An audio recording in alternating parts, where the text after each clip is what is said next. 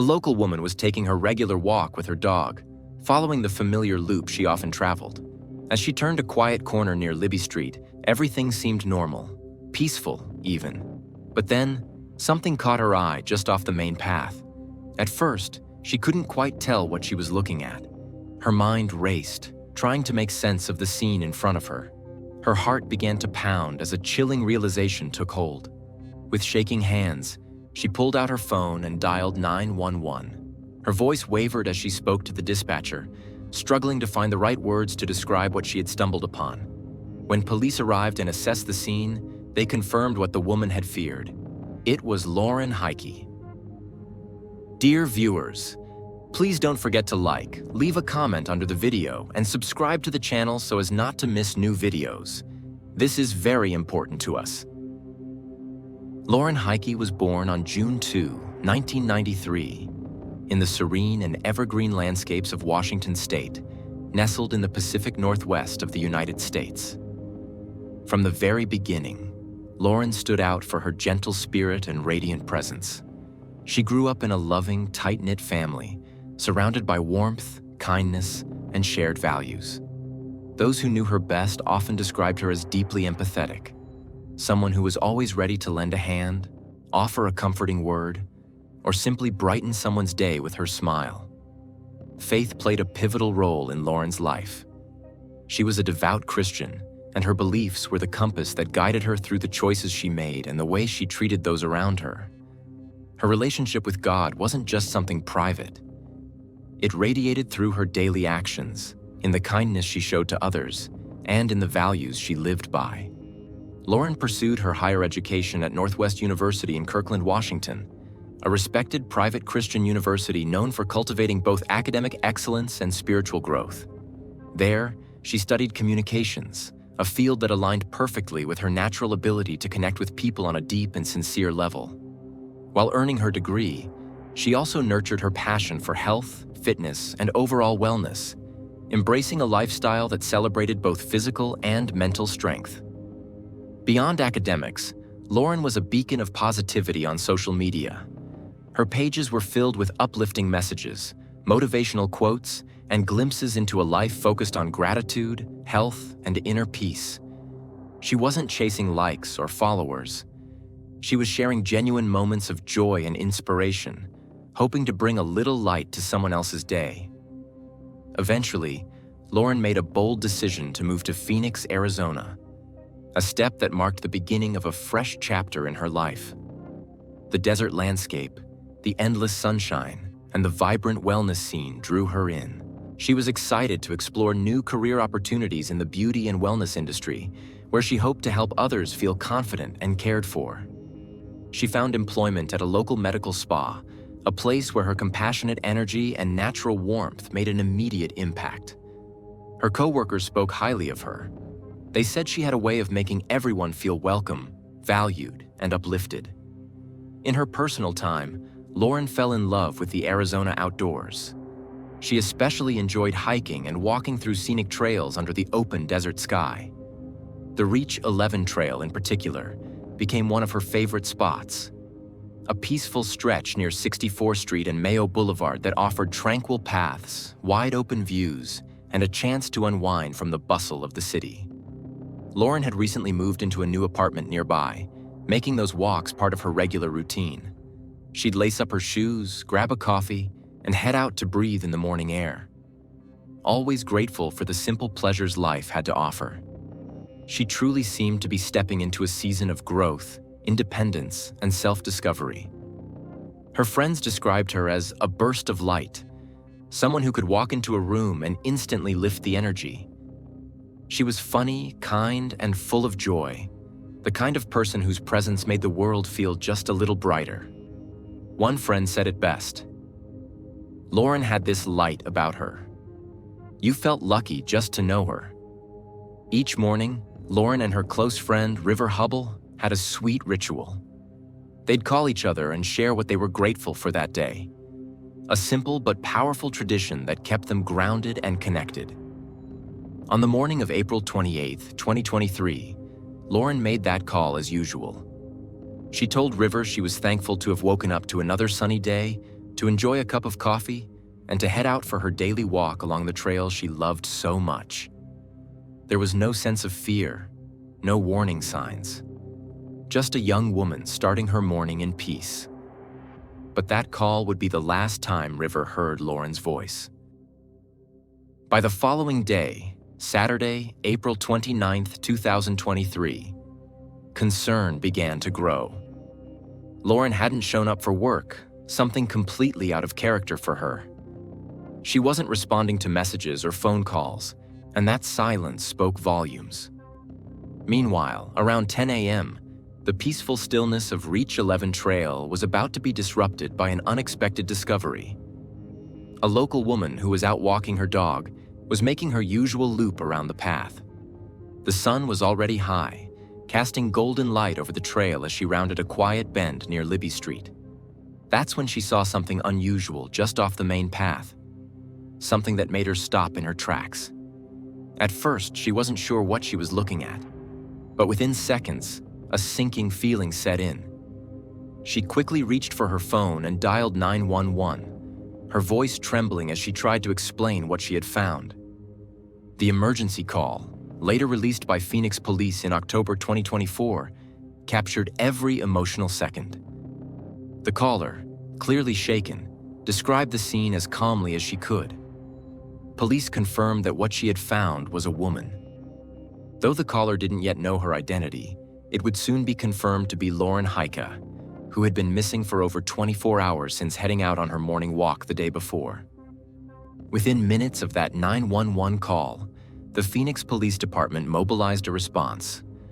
Officers and emergency crews arrived at the scene around 10:30 a.m., initially under the assumption that they were responding to a medical emergency, such as a hiker experiencing heat-related distress.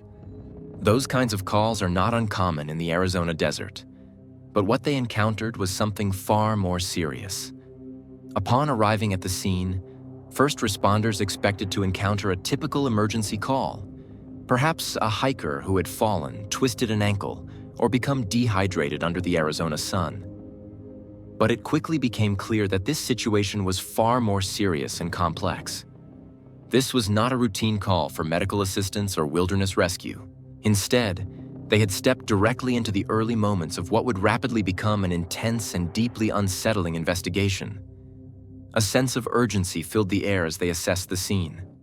The area was swiftly secured with care and precision, ensuring that nothing was disturbed. Within minutes, a team of detectives was on site, beginning the delicate and meticulous work of trying to understand exactly what had happened and why. As investigators combed through the evidence, piecing together the fragments of a larger, more troubling story, River Hubble grew increasingly anxious. He had been trying for hours to get in touch with his friend Lauren, someone who had never once missed their daily gratitude call, not even when she was traveling or overwhelmed with work. It wasn't like her to disappear, to not show up for a shift at the med spa where she was not just respected but adored. River knew something wasn't right. The unease he felt was more than worry. It was dread. That gut-level sense that something terrible had happened. Unable to shake that feeling, River contacted local authorities to officially report Lauren as missing.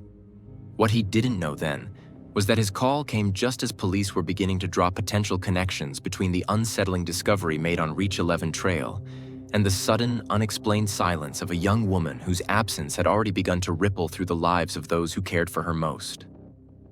Reach 11. Trail isn't tucked away in some forgotten corner of the desert. In fact, it runs close to the vibrant and fast-moving boundary between Phoenix and Scottsdale.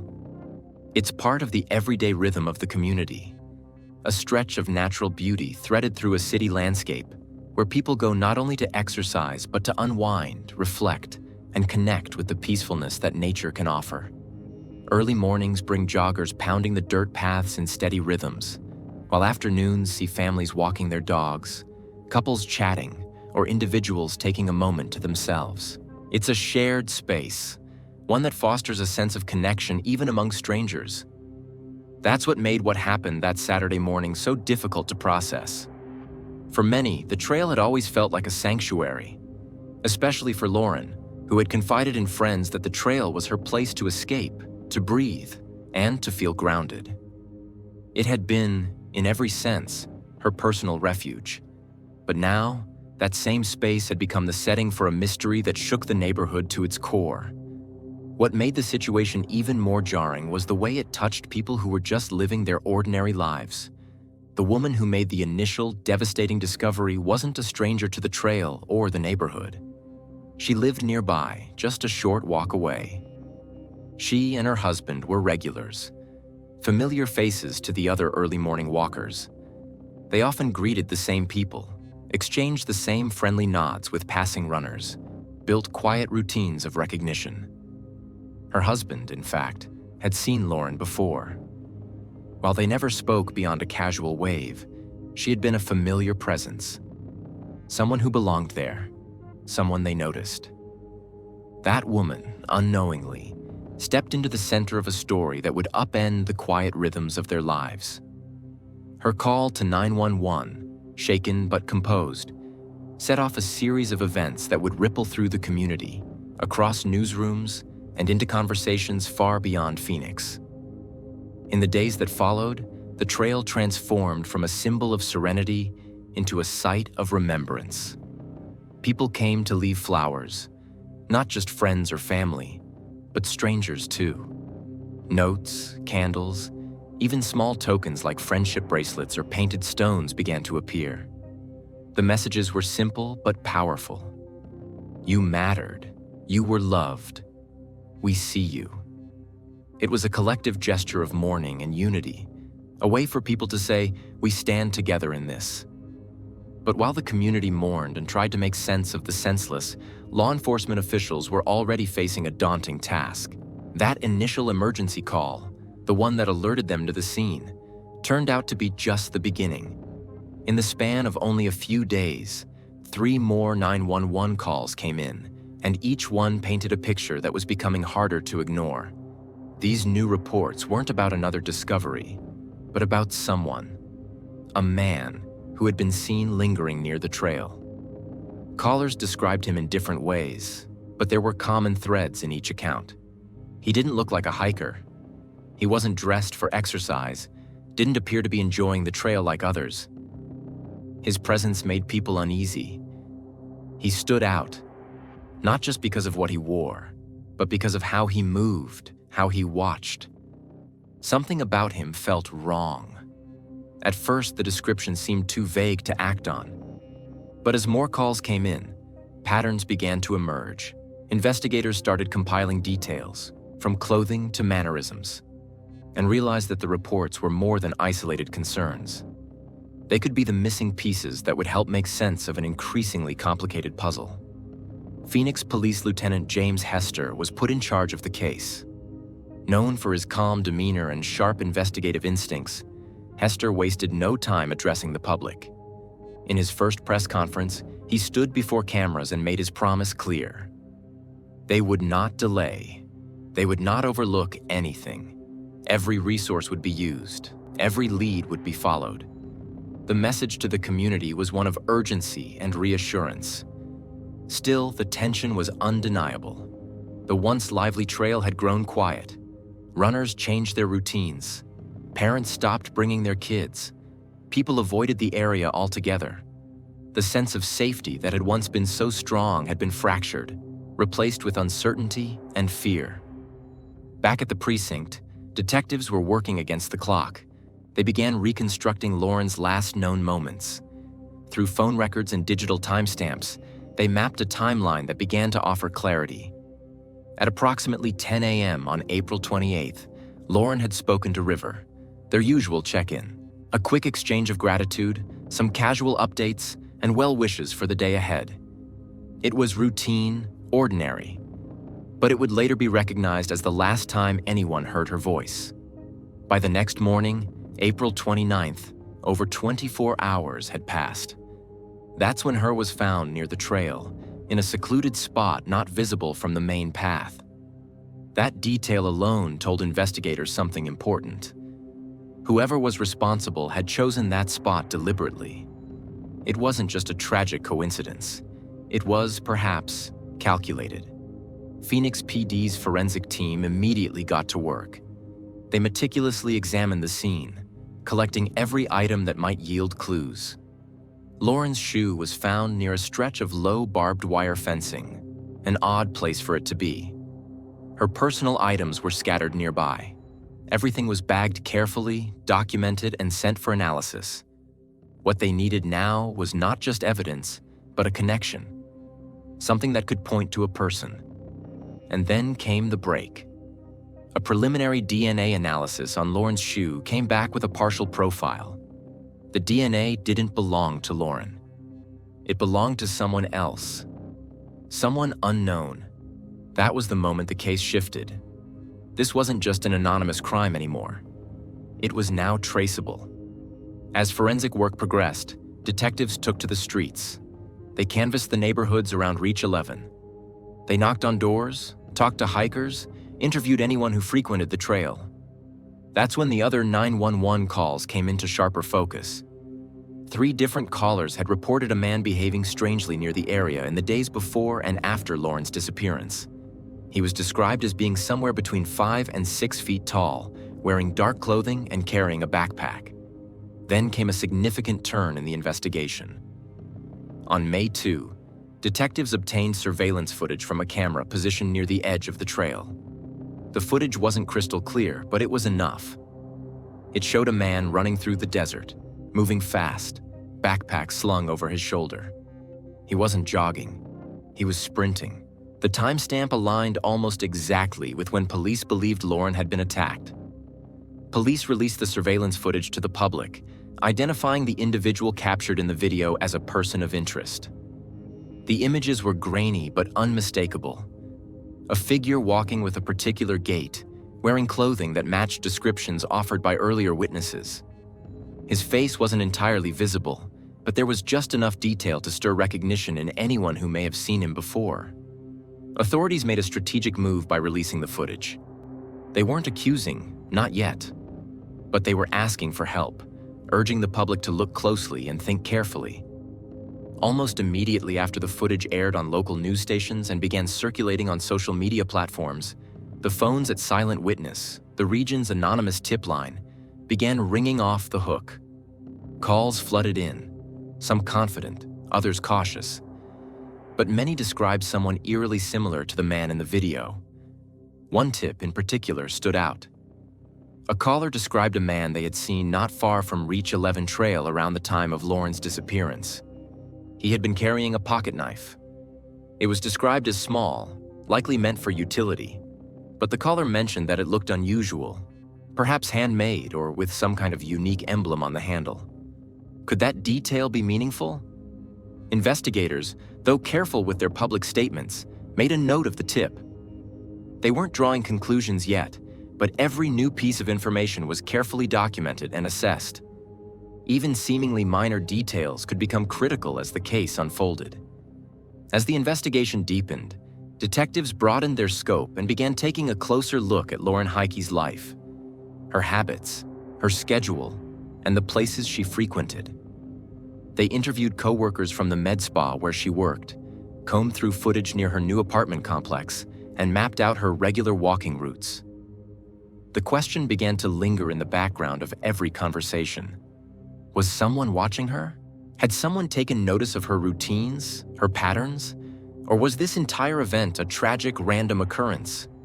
Investigators refused to assume anything. They chased evidence, not speculation, and that focus guided every decision they made. On May 3, at a scheduled press conference held in a packed room at the Phoenix Police Department, Lieutenant James Hester once again addressed the media and the concerned public. This time, the gravity of the situation was even more apparent in his tone. Although he declined to release specific information regarding the suspect or the evidence collected so far, he made it clear that the case was far from over, and that every possibility remained on the table. The nature of the incident, he said, appeared impulsive, potentially random, yet there were elements that suggested a degree of intention. Hester reiterated the importance of public cooperation while promising transparency when it would not jeopardize the investigation. Behind the scenes, however, major developments were unfolding. Forensic analysts working around the clock at the crime lab had finally confirmed that a DNA sample collected from the scene had matched a profile already stored in the National Criminal Database. This was no longer just a theory. It was now a case with a concrete lead. The man was local, in his early 20s, and he fit the general physical description captured in the surveillance footage. With a suspect beginning to emerge, police chose to keep their strategy close to the chest. They didn't release the name. They didn't hold another press conference. Why? Because they were closing in, and they didn't want him to disappear. By May 3rd, the tension had reached a peak. Lauren's parents, Jeff and Lana Heike, stood beside law enforcement at another press briefing. Lana's voice trembled as she addressed the crowd and the cameras. "She was my girl," she said, barely able to finish the sentence. Her husband stood beside her, silent but steady. Her voice wavered with emotion, but her message was clear. It came from the raw place where grief meets purpose. Her words weren't rehearsed. They didn't need to be. This was a mother speaking from the depths of heartbreak, pleading for help. Of course we want the public to think about this," she began, pausing, her voice catching. "We want somebody to come forward and help us find this person." Then came a moment that silenced the crowd, the human truth at the center of this tragedy. Lauren was she was beautiful, and she was beautiful inside and out. She had such a kind heart. Everybody who met her loved her. She was super fun. She was just a sweet woman, just everything to us.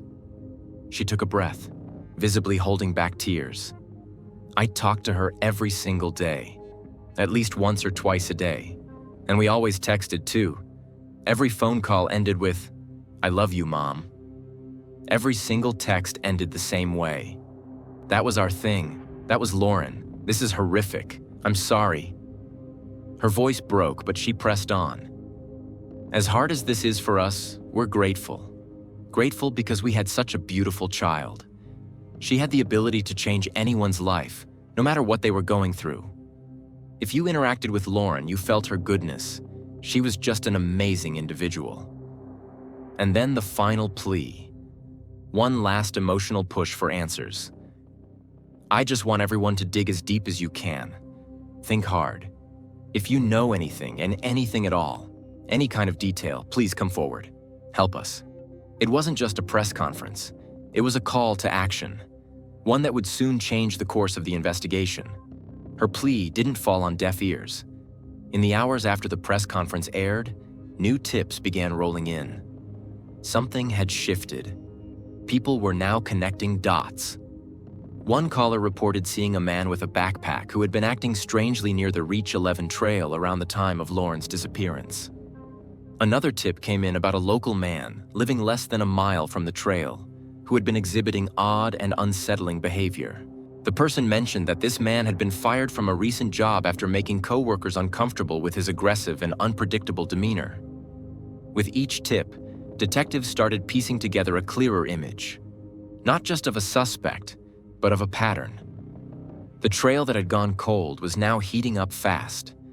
The turning point came on May 4th, just 6 days after Lauren was discovered.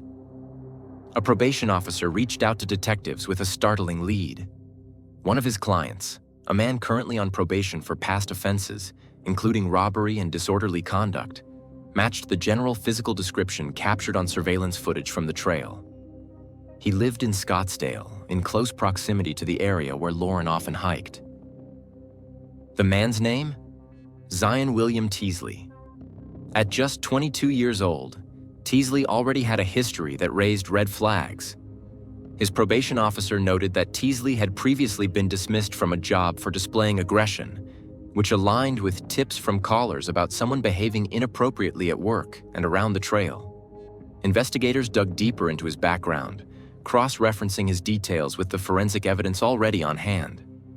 The DNA sample recovered from Lauren's shoe, the one that had given them a partial match day earlier, was tested again. This time, they had Teasley's file. And when they ran it, the match came back. It was a confirmation. They had their suspect. Despite the mounting evidence, Phoenix PD made a strategic decision. They wouldn't act until they had full confirmation. Teasley was under surveillance. Detectives tailed him, quietly gathering behavioral data and corroborating information. That's when they found out something that kicked their urgency into high gear. Teasley had a plane ticket. He was scheduled to fly to Detroit on May 5th, just one day later. If they waited too long, he could be gone. By Thursday evening, the Phoenix Police Department had everything in place. They weren't taking chances. A tactical team was assembled, the strategy was mapped out, and every move was coordinated with precision. At around 6:30 p.m., officers arrived at Teasley's apartment complex, located not far from Scottsdale Road, less than a mile from where Lauren had last been seen. Body camera footage, later released to the public, captured the final moments before the arrest. Officers knocked on his door, announcing their presence loud and clear. "Phoenix Police, open the door?" Moments later, Teasley stepped outside, hands raised, compliant. He did not resist. Officers handcuffed him immediately. The arrest, calm and by the book, took less than 10 minutes. It was a clean operation, methodical, fast, and safe. And just like that, Zion William Teasley was in custody. Who is Zion William Teasley? As the news broke, the public wanted to know more. Who was this man at the center of the investigation? Teasley, born in the year 2000, was a Scottsdale native.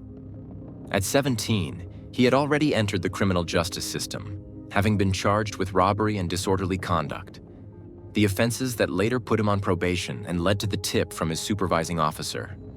He had also once tried to enlist in the United States Marine Corps. A statement from the USMC clarified his history. Our records indicate that Zion Teasley entered recruit training at Marine Corps Recruit Depot, San Diego, on March 25, 2019. He was separated June 17, 2019, prior to completing boot camp. Additional details are not releasable due to the Privacy Act. In other words, he never completed military training. This revelation added yet another layer to the profile detectives were building. A young man with a troubled history, behavioral issues, and now a possible connection to a high-profile criminal case.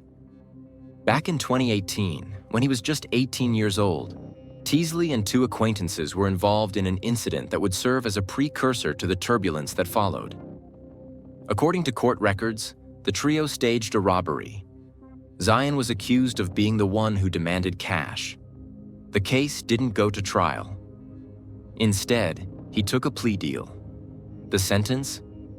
Probation instead of incarceration. It was seen, at the time, as an opportunity for rehabilitation, a second chance, a legal crossroads where many turned things around. But instead of finding stability, Teasley's path became increasingly unstable. In the years that followed, he moved from job to job, unable to hold down steady employment. His resume reads like a patchwork of short-term positions: fast food, retail, and restaurant work. None of it stuck. When police later spoke with former co-workers, the accounts were eerily similar. People described him as unsettling, unpredictable, and in some cases, intimidating. One particular former manager at a restaurant said they had no choice but to terminate his employment in 2022 after an incident. That manager said they considered him emotionally unstable. A red flag in retrospect, and one that now seemed more troubling than ever.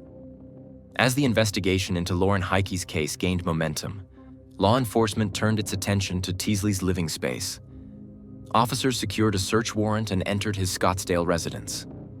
What they discovered added more weight to the growing pile of evidence. Among the items recovered were a small, sharp pocket knife, the kind that matched details consistent with the evidence from the scene, as well as clothing and a backpack resembling the items seen in surveillance footage of the man sprinting through the street on the day Lauren vanished. These discoveries, combined with earlier DNA evidence and tipster information, painted an increasingly grim picture.